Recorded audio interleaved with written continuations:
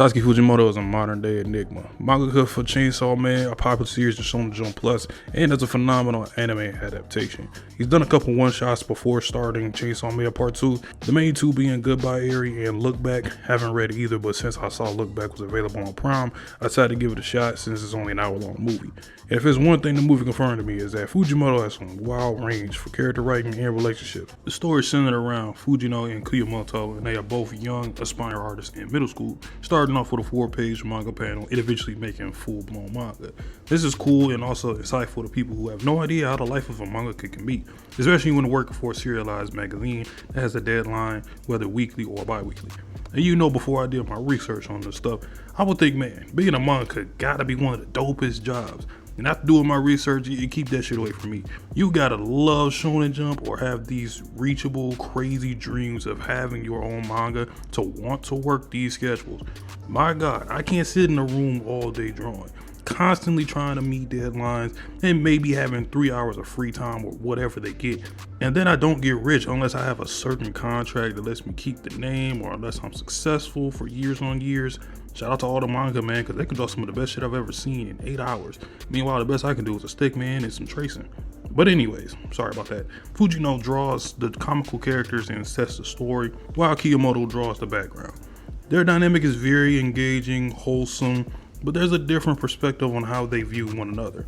They're both friends, but Fujimoto looks up to Fujino like a sensei, someone who got a lot of notoriety at a young age, while Fujino was happy to find someone who does the same thing she does and they can get along with it. Only gripe with them is that they are so damn similar, I forget who's who sometimes, but the hair is enough to tell the difference. One of Fujimoto's weaknesses, but we'll deal with it. Through the movie, as their success was picking up traction, their lives together were getting better, even though they were working and still shut-ins. They would step outside and life would be the best it's ever been. Seeing the manga in the magazine as runner-ups and getting the money was the start of ambitions getting in the way of their friendship. As they got the money and the serialization, Fujimoto isn't so dead set on it because she wants to go to art school and expand her art because she only does the backgrounds and she can't stand on her own, so she's gonna go to art school and do that. Fujino, on the other hand, is all about the money.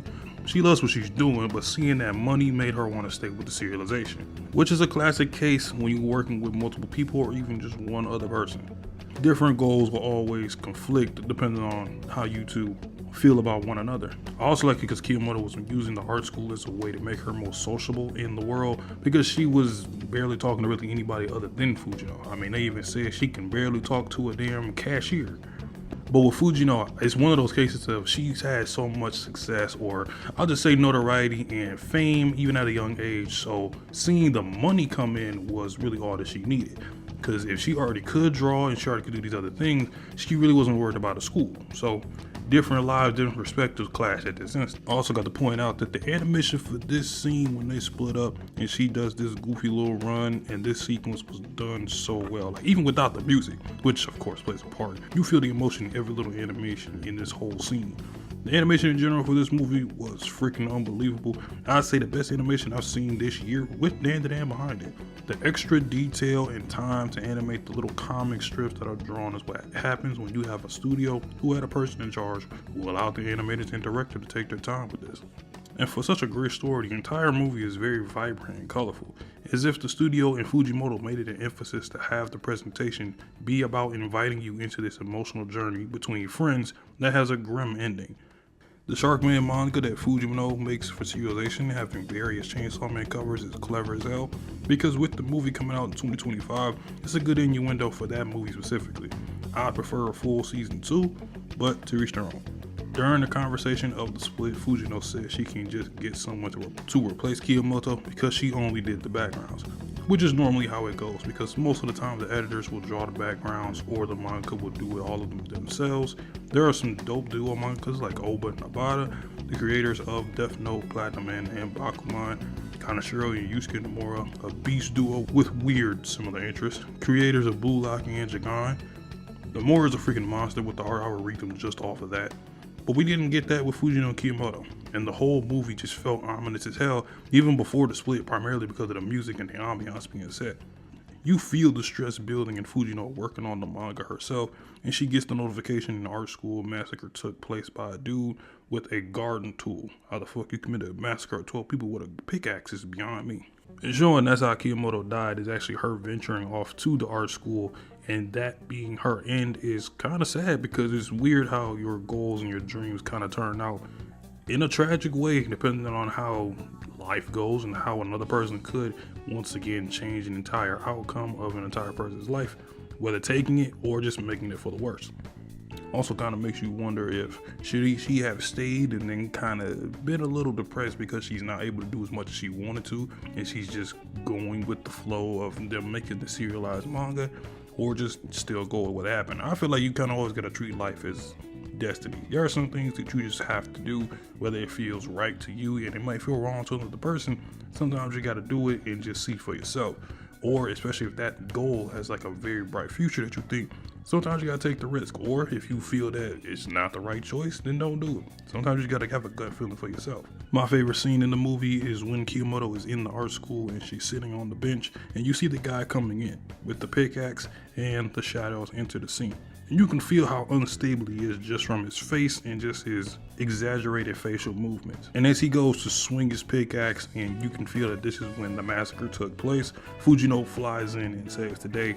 She gets banged up and has to go to the hospital, and this is how an alternate ending will feel like to everything, but it cuts back to reality, and what we watched was a comic strip from Fujimoto of the situation, regretting letting her go off to the art school alone, or just wishing she was there to save her in that moment. With a sad ending, this movie was still beautiful. I don't watch many anime movies like that, but I'm glad I peeped this one. The sub and the dub are both good, so don't start a war over which one is better.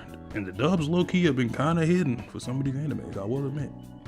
If I give this rating for a movie, I would honestly give it a 10 out of 10. I don't really find any issue with it at all.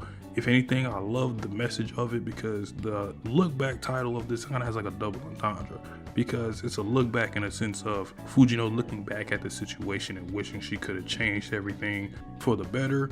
There are also another one of her looking back at the past after the incident happens and just kind of tracing back to everything from the beginning and leaving that comic strip under the door, knowing she's not there, but still leaving it there, looking back onto like what was. When that scene of when she walks away, they make the initial split, and it kind of has this feeling of, if you notice the camera stays focused on her face the entire time, or at least her forward motion. The camera never looks back at Fujimoto, or does she herself ever look back? She doesn't check on her at all during this whole thing, so she never looked back once for Fujimoto once they split off. She just focused on her manga and never thought about her except for here and there, but she never contacted her.